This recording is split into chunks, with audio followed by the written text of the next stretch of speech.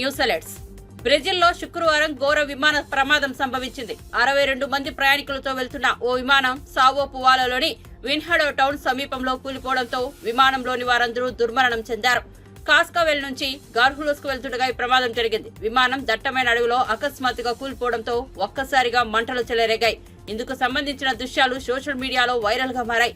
ఈ ఘటనలో విమానంలోని వారందరూ మరణించారని, ఓ ఇల్లు కూడా ధ్వంసమైందని అధికారులు తెలిపారు. అయితే స్థానికులు ఎవరికీ ప్రాణాపాయం జరగలేదని అన్నారు. ప్రమాదం విషయం తెలియగానే ఘటనా స్థలానికి చేరుకున్న అగ్నిమాపక, అత్యవసర సిబ్బంది సహాయక చర్యలు ప్రారంభించారు.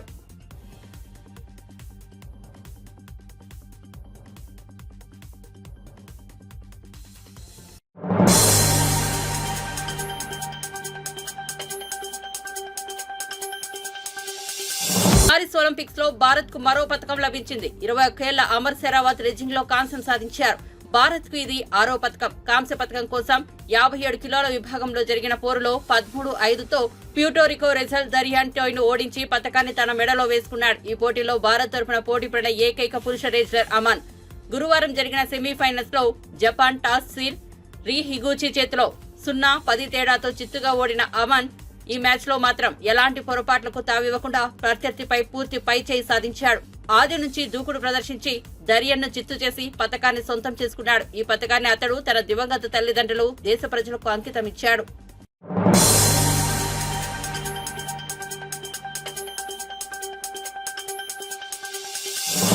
వైసీపీ ఎమ్మెల్సీ దువ్వాడ శ్రీనివాస్ కుటుంబ వివాదం మరో మలుపు తిరిగింది. దువ్వాడ శ్రీనివాస కుమార్తెల ఆరోపణలు చేసిన దివ్వల మాధురి సంచలన వ్యాఖ్యలు చేశారు.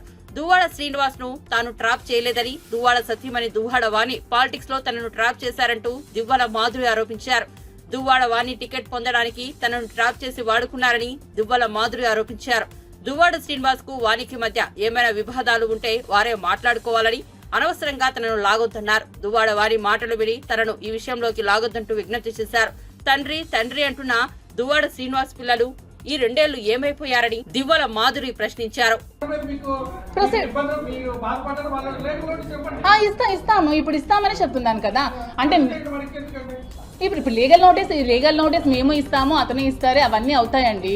ఇప్పుడు రాసేటప్పుడు ఆవిడ ఏం చెప్పిందని నిజాలు అయిపోవు కదా. అలా టైటిల్స్ పెట్టి రాస్తే నా పిల్లలు ఇప్పుడు ఏడుస్తున్నారండి. నా పిల్లలకు నేనేం సమాధానం చెప్పాలంటున్నా నా టైటిల్స్ కి? వాళ్ళకే ఇవన్నీ నేను చెప్పినవన్నీ, మిగతా వాళ్ళు కాదండి. నేను ఆ టైటిల్స్ ఎవరైతే పెట్టారో కొన్ని ఛానల్స్ బాగానే రాసాయి, కొన్ని ఛానల్స్ చాలా దారుణంగా రాశారు. వాళ్ళకే ఈ సమాధానాలు ఎవరైతే రాశారో వాళ్ళకే, ఇవి అందరికీ కాదు కదా. అందరూ ఎందుకు తీసుకోవాలి? లేదండి, అవ్వలేదు. పిల్లలు మా మదర్ దగ్గర ఉన్నారు శ్రీకాకుళంలో, ఇక్కడ చదువుకుంటున్నారు శ్రీకాకుళం స్కూల్లో. ఇక ఫర్దర్గా ఆలోచించాలి ఇంకేం చేయాలనేది. అది మీరు శ్రీని గారికి అడగండి. మీరు శ్రీని గారికి అడగండి. అమ్మ బ్లాక్మెయిల్ చేయడానికి అతడైనా చిన్న కిడ్, 60 years అమ్మ, ఒక స్టేట్ ఎమ్మెల్సీ, 25 years నుంచి పాలిటిక్స్ లో రాజకీయాలు చేస్తూ వస్తున్నారు. సో మీరే అందరూ చాలా మంది పెడుతూ ఉంటారు స్టేట్ రౌడీ అని, స్టేట్ లీడర్ అని. అలాంటి మనిషిని నేను ఎలాగమ్మా బ్లాక్మెయిల్ చేయగలను చెప్పండి మీరే. నాకు తెలియదు వాళ్ళ పిల్లలు వచ్చారు. నేను ఎప్పుడైతే న్యూస్ ఛానల్స్ చూసానో అప్పుడే నాకు తెలిసింది. అలా నేను నా ఇంటికి వెళ్ళట్లేదని చెప్పట్లేదు. నేను నా ఇంటికి వెళ్తూ ఉంటాను, నేను వస్తూ ఉంటాను, మా ఇద్దరం కలిసి టెంపుల్స్కి వెళ్తూ ఉంటాము, వస్తూ ఉంటాము. నేనంటే ఫ్రాంక్ గానే చెప్తున్నాను. నాకు వాళ్ళు వచ్చి నేను నా యూట్యూబ్ ఛానల్స్ చూసినంత వరకు ఇంత రప్చర్ జరిగిందని, నాకు అందరూ నాకు వీడియోస్ పెట్టినంత వరకు ఇంత బయట జరుగుతుందని కూడా నాకు తెలియదు. తెలిసాక నేను బయటకు వచ్చి మరి నా లైఫ్లో జరిగిందని చెప్పాలి కదా. ఆవిడ ఎంతసేపు ఆవిడ వైపే చెప్తుంది, మరి నా లైఫ్లో జరిగింది కూడా నేను చెప్పాలి కదా.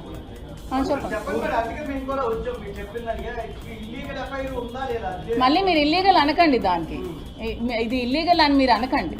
ఆవిడ పేరు పెట్టిందని మీరు ఇల్లీగల్ ఎఫ్ఐఆర్ అని మీరు పేరు పెట్టకండి. ఆవిడ అలా క్రియేట్ చేసి అలా చెప్పింది. ఇప్పుడు నాకు ఏ దిక్కు లేక నేను కలిసి ఉండాల్సి వస్తుంది. దాన్ని మీరు ఇల్లీగల్ అంటారో, మీరు ఏమంటారో, మీరు ఏం పేర్లు పెట్టారో అది మీ ఇష్టం. నేనైతే ఇల్లీగల్ అని దానికి ఒప్పుకోను. నేను మీరు ఇల్లీగల్ అనకండి, దానికి ఇది ఇల్లీగల్ అని మీరు అనకండి. ఆవిడ పేరు పెట్టిందని మీరు ఇల్లీగల్ ఎఫ్ఐఆర్ అని మీరు పేరు పెట్టకండి. ఆవిడ అలా క్రియేట్ చేసి అలా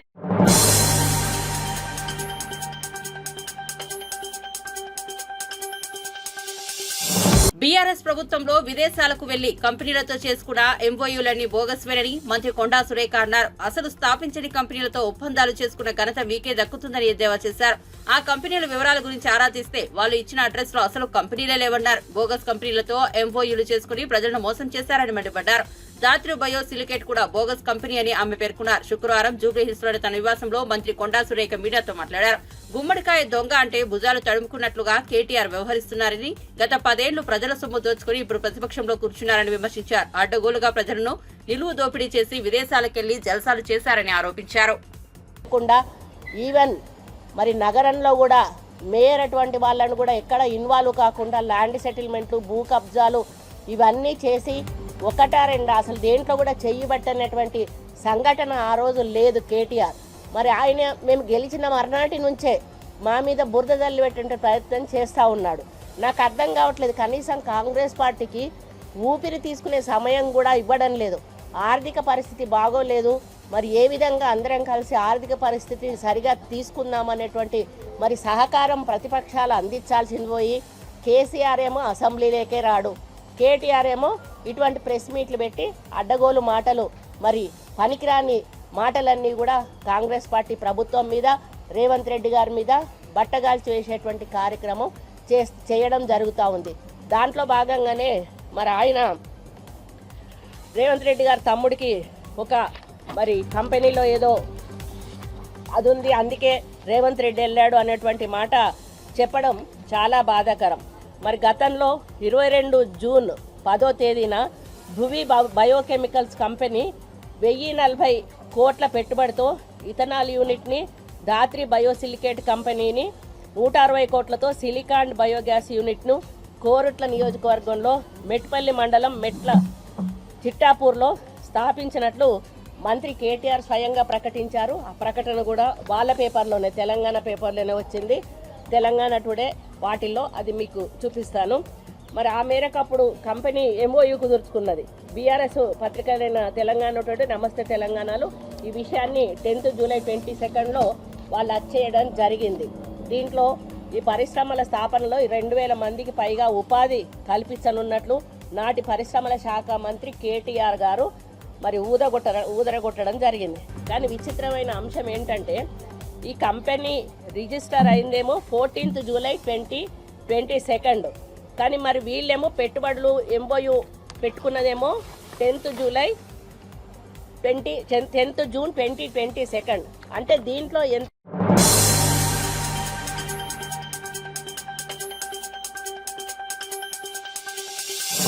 1.27 కోట్ల విలువైన 1.832 కేజీల బంగారం చోరీ కేసులో అంతర్రాష్ట్ర దొంగను అరెస్టు చేసినట్లు రాచకొండ సిపి సుధీర్ బాబు తెలిపారు. నెరేడ్మెంట్ పోలీస్ కమిషనరేట్ లో ఏర్పాటు చేసిన మీడియా సమావేశంలో కేసు వివరాలను వెల్లడించారు. ఆగే టైంలో చూసుకొని దొంగతనం చేస్తారు. ఈ స్పెసిఫిక్ అక్యూజ్డ్ మనము ఒక గత 1 వీక్ నుంచి డిఫరెంట్ ఏరియాస్ ఇన్ఫర్మేషన్ కలెక్ట్ చేయడం, వర్కౌట్ చేయడం, ఈ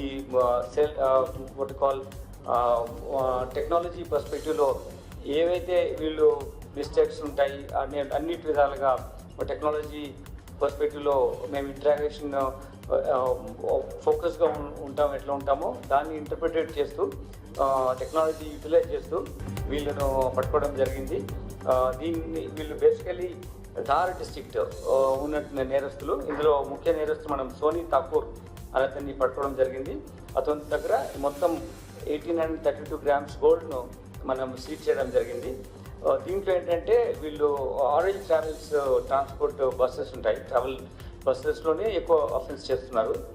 ఇది ఎలా ఏమో ఉంటుందంటే ఎక్కడి నుంచి బయలుదేరుతుంది, ఏ సీట్లో ఈ విక్టిమ్ కూర్చున్నాడు, ఎటువంటి బ్యాగ్లో ఈ గోల్డ్ ఆర్నమెంట్స్ పెట్టారనేది చాలా ముందు ఇన్ఫర్మేషన్ వాళ్ళకు ఉంటుంది.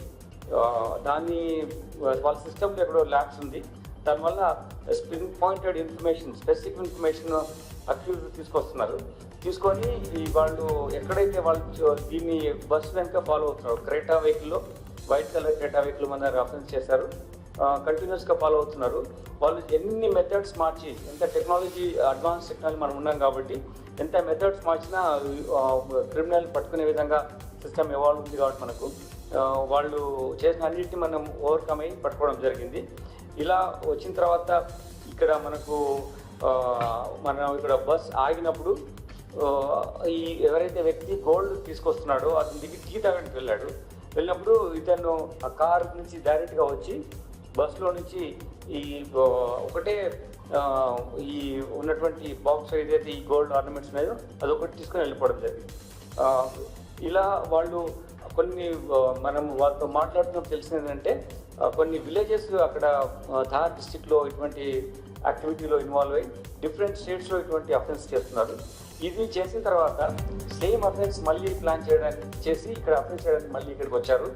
వచ్చిన ప్రాసెస్లోనే ఈ తీసుకున్న గోల్డ్ను అమ్మేసి వాళ్ళు వాళ్ళ మనీని తీసుకొని వాళ్ళ లైఫ్ స్టైల్ కోసం స్పెండ్ చేయాలని వాళ్ళ యాక్టివిటీ ఉంది.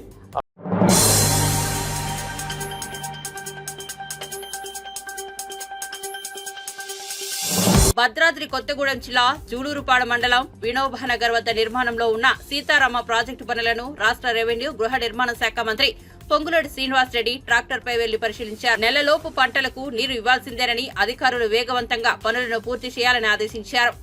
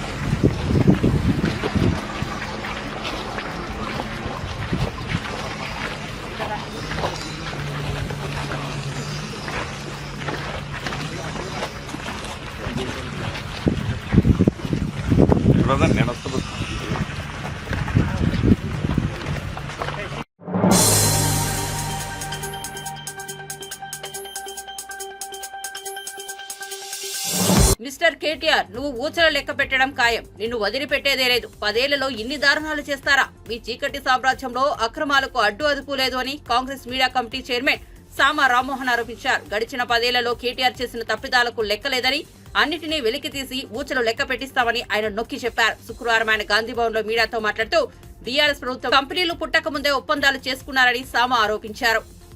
మోకాలలో ఉండనేటటువంటి భావనలో వీళ్ళున్నట్టున్నారు, కానీ వారు తలలో ఉండాల్సినటువంటి మెదడు అధికారులకు ఎప్పుడో పోయింది. అందుకనే ప్రతిపక్షంలో కూర్చోబెట్టారు. ఆయన నైజం మారలేదు అనేటటువంటిది ప్రజలు చూసి నవ్వుకుంటా ఉన్నారు. పొద్దున కేటీఆర్ గారు మాట్లాడుకుంటా నీటి గురించి కూడా చెప్పిండు. ఏది నగరానికంట తాగేటటువంటి నీరాంశం అయితే చాలాసేపు మాట్లాడిండు ఆయన. అటు కృష్ణాకెంచంట, ఇటు గోదావరికెంచంట కేసీఆర్ గారు బ్రహ్మాండమైనటువంటి ఆలోచనలు చేసి ఏదో ప్రజల గురించి ఆలోచించి 2050 దాకా ఆయన ఆలోచన చేసిందట. నా ఒక సూటి ప్రశ్న, కేటీఆర్ గారు అసలు నిస్సిగ్గుగా మీడియా ముంగట అబద్ధాలు చెప్పనికే ముఖం ఎట్లా వస్తుంది అసలు మీకు? అసలు ఎంత నిస్సిగ్గుగా అంటే బరి తెగించిపోయారు. అసలు బరివాతలు మీరు చేస్తున్నటువంటి పనులు ఏంటిది అని అంటే నాకేంటి సిగ్గు అన్నట్టుగానే ఉంది. ఒక్కటి నిజం లేదు. నీటికి సంబంధించినటువంటి మంజిరా మనకుంటున్నటువంటి హైదరాబాద్ ఉండేటటువంటి మేజర్ వాటర్ సోర్సెస్ వల్ల మంజిరా అయినా, అటు కృష్ణా నుంచి అయినా, లేకపోతే ఇటు గోదావరి నుంచి అయినా ఏ ఒక్కటన్నా phase 1, phase 2, phase 3, phase 4 of Manjira అయినా, లేకపోతే Nagarjuna Sagar phase 1, phase 2, phase 3 అయినా, లేకపోతే ఎల్లంపల్లి 2008లో చేసినటువంటిదైనా, ఈ దాంట్లో అసలు మీ యొక్క ప్రభుత్వ పాత్ర మీరు గతంలో ఉంటున్నప్పుడు ఏదైనా ఉందా అని చెప్పి కాక్ అండ్ బుల్ స్టోరీ చెప్పినవు, కహానీలు చెప్పినవు తప్ప ఒక చిత్తు కథం పట్టుకొని ఇట్లా చూపించినవా? ఇక చూడ్రి, మేము అధికారంలోకి వచ్చినప్పటి నుంచి ఇంత శాంక్షన్ చేసినాము, పలానా కాడికించి తాగేటటువంటి నీళ్లు నగరానికి తీసుకొని వచ్చినాం అని కూడా చెప్పినవా? చెప్పలే. ఎందుకు చెప్పలే అంటే మీ ముఖాలకు చేయలేదు కాబట్టి. పొద్దున్న లేస్తే బోగస్ ప్రచారాలు, సోషల్ మీడియాలో అబద్ధపు ప్రచారాలు పూనుకున్నటువంటి మీరు, మేము కూడా మీ సంగతి చెప్తామా తలుచుకున్నాం ఈ రోజు. అందరు దయచేసి ఇది గమనించండి. కేటీఆర్ గారు మరి కంపెనీలకు సంబంధించి వారి యొక్క ప్రచారకర్తల లెక్క ఉంటున్నటువంటి అధికార ప్రతినిధులతోటి లేకపోతే సోషల్ మీడియా కన్వీనర్ తోటి ప్రెస్ మీట్లు పెట్టించి ఏదో బోగస్ కంపెనీలు అనిపించేటటువంటి దాకా తీసుకొని పోయి ఏదో బురద జల్లేటటువంటి ప్రయత్నం చేసిండ్రు కదా కేటీఆర్ గారు. దీని కూడా ఒక్కసారి నువ్వు జవాబు చెప్పు. తెలంగాణ ప్రజలకు తెలవాలని నీ దుకాణం ఏంటిదో, నువ్వు చేసినటువంటి బోగస్ ఎంఓయూలు అంటే ఏంటివో, బోగస్ కంపెనీలు.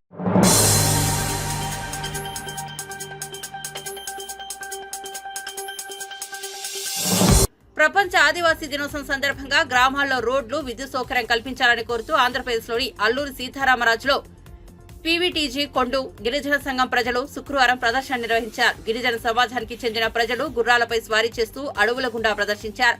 ఇందులో నేరేడుబండ, సోమూరుబండ గ్రామాలకు చెందిన సామలమ్మ కొండపై నివసిస్తున్న 50 కుటుంబాలు, 200 మంది ప్రజలు అనేక ఇబ్బందులు పడుతున్నారు. తమ గ్రామానికి చెందిన 14 మంది పిల్లలు పాఠశాలలకు వెళ్లాలంటే జోగంపేట వరకు గుర్రాలపై 6 కిలోమీటర్లు ప్రయాణించాల్సి వస్తుందని గిరిజన సంఘం ప్రజలు తెలిపారు.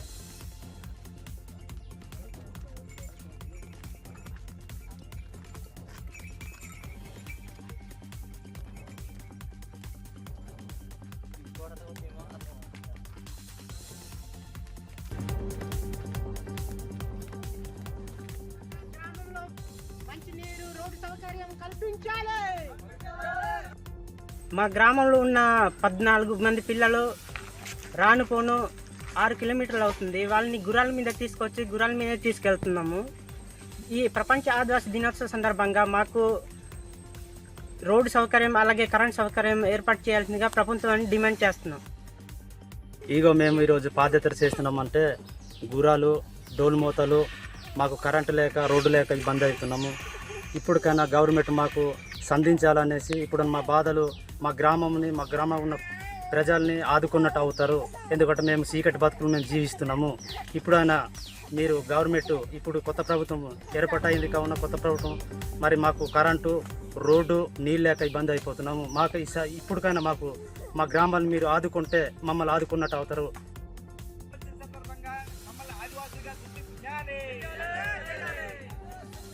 జిల్లాలో పసులు బంద అలాగే నేరేడు బంద గ్రామాలకు రోడ్డు సౌకర్యం కల్పించాలి. ప్రపంచ ఆదివాసుల దినోత్సవం సందర్భంగా కనీస సౌకర్యాలు కల్పించాలి.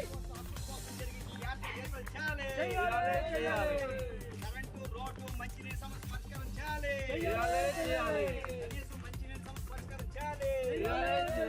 గుర్రాల మీద పాదయాత్ర, డోలు యాత్ర చేయించాలి.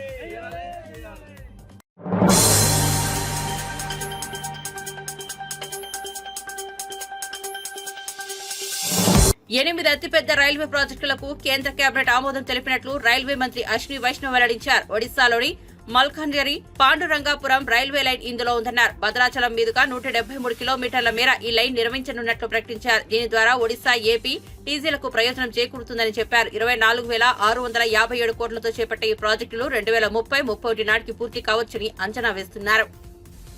8 बड़े रेलवे प्रोजेक्ट्स आज कैबिनेट में प्रधानमंत्री जी ने अप्रूव किए.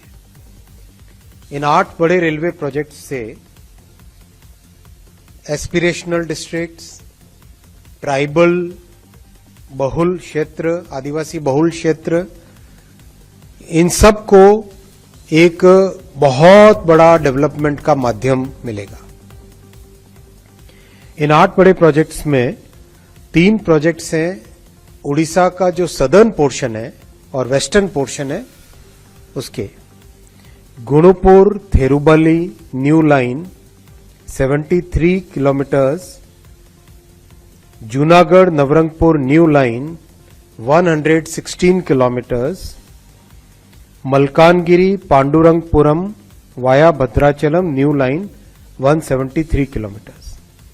इन तीनों प्रोजेक्ट्स को अगर आप देखेंगे तो वेस्टर्न उड़ीसा में कंप्लीट एक कॉरिडोर बनता है वेस्टर्न उड़ीसा से साउथ उड़ीसा और आगे आंध्र प्रदेश और तेलंगाना को कनेक्ट करने वाला. और उस कॉरिडोर को और आगे देखें अगर हम तो प्रैक्टिकली आसनसोल से लेके नीचे वारंगल तक कंप्लीट एक नया कॉरिडोर बनता है. इसका बहुत ही इकोनॉमिक इंपॉर्टेंस है, टूरिज्म के पॉइंट ऑफ व्यू से इंपॉर्टेंस है, एम्प्लॉयमेंट के पॉइंट ऑफ व्यू से इंपॉर्टेंस है, मिनरल सिक्योरिटी के पॉइंट ऑफ व्यू से इंपॉर्टेंस है इसकी, और एनर्जी सिक्योरिटी के पॉइंट ऑफ व्यू से इसकी इम्पोर्टेंस है।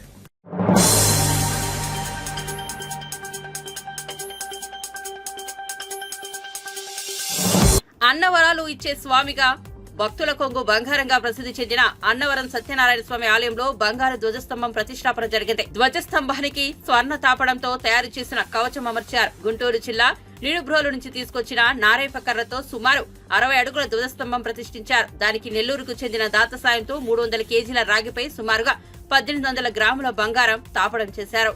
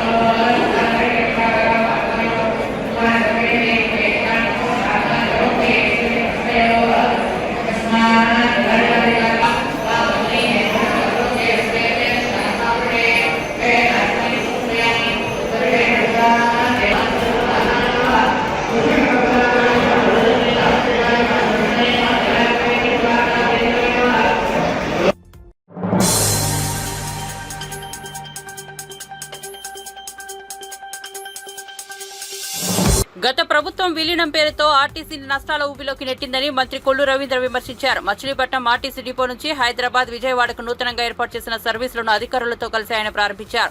కూటమి ప్రభుత్వంలో ఆర్టీసీకి పూర్వ వైభవం తీసుకొచ్చే విధంగా కృషి చేస్తామన్నారు. ఎన్నికల్లో ముఖ్యమంత్రి చంద్రబాబు ఇచ్చిన హామీ మేరకు త్వరలోనే మహిళలకు ఉచిత బస్సు ప్రయాణ సౌకర్యం కల్పిస్తామని మంత్రి స్పష్టం చేశారు.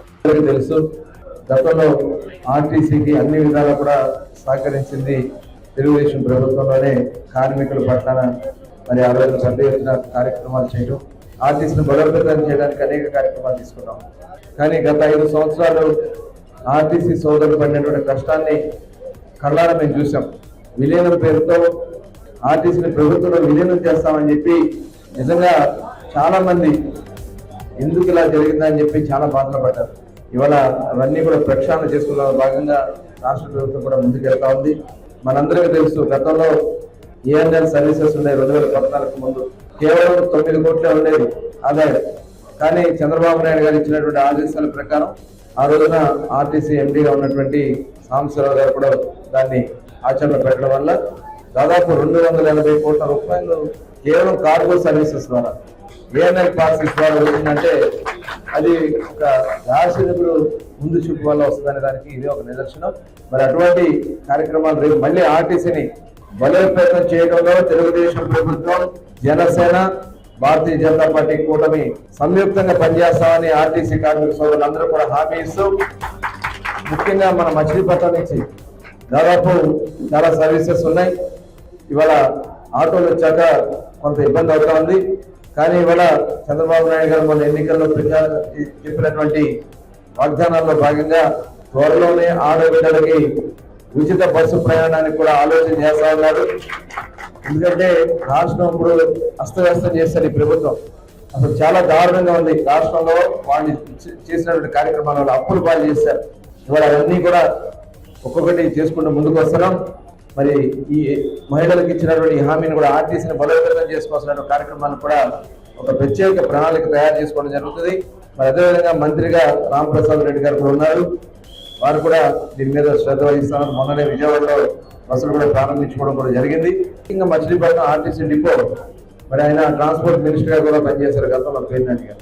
ఆ రోజు పాలాభిషేకాలు చేయించుకున్నారు. ఇవాళ ఆర్టీసీ ఇంత దారుణమైనటువంటి పరిస్థితికి వచ్చడానికి కారణం ఆ రోజు పాలకులు తీసుకున్నటువంటి నిర్ణయం. కనీసం వచ్చి వాళ్ళకి ఓదార్చ కార్యక్రమాలు చేయలేదు. ఆర్టీసీని కూడా బలోపేతానికి ఆర్టీసీ డిపో కావాల్సినటువంటి కనీస మౌలిక వసతులు కల్పించడం కూడా మరి ట్రాన్స్పోర్ట్ మినిస్టర్ గారిని ఫెయిల్ అయ్యాడు అనేది మరి ఇవాళ మనం చూస్తున్నటువంటి కార్యక్రమాలే. ఇవాళ వర్షం వస్తే మళ్ళీ వాటర్ ఉంటారు. త్వరలోనే కార్యక్రమాన్ని చేపడతాం. మచిలీపట్నంలో శాశ్వతంగా మురుగునీటి సమస్య లేకుండా రాబోయే 1 నుంచి 2 సంవత్సరాలనే టోటల్ కంప్లీట్ చేసి బస్ స్టాండ్ రోడ్డు కానీ, కోనేరు సెంటర్ కానీ, బందర్లో ఉన్నటువంటి మెయిన్ రోడ్డు మీద చుక్క నీరు కూడా నిలబడకుండా ఉండే విధంగా ఒక ప్రణాళిక తయారు చేసుకుని ముందుకెళ్తున్నాం కూడా ఈ సందర్భంగా